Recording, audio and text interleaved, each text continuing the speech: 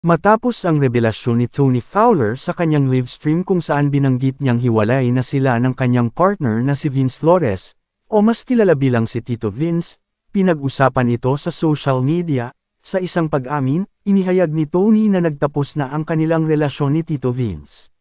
Sinundan pa ito ng isang post sa social media kung saan ibinahagi ni Tony ang kanyang determinasyon na harapin ang bagong yugto ng kanyang buhay bilang isang single mom.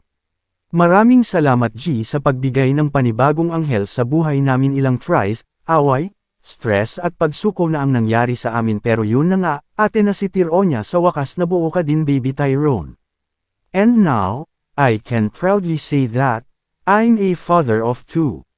Sa kabilang banda, sa post ni Tito Vince ay tila nagpahiwatig siya ng pagtanggap sa nangyaring hiwalayan. Sa simpleng pahayag na, kay Sera-Sera, ipinakita ni Tito Vince ang kanyang pagiging bukas sa mga pangyayari at pagtanggap sa mga bagay na hindi niya kontrolado.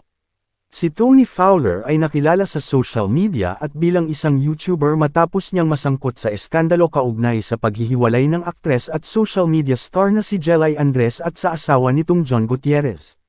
Sa kabila ng kontrobersya ay marami ang sumuporta kay Tony at ang naging karelasyon nitong si Rob Moya sa kanilang YouTube vlogs.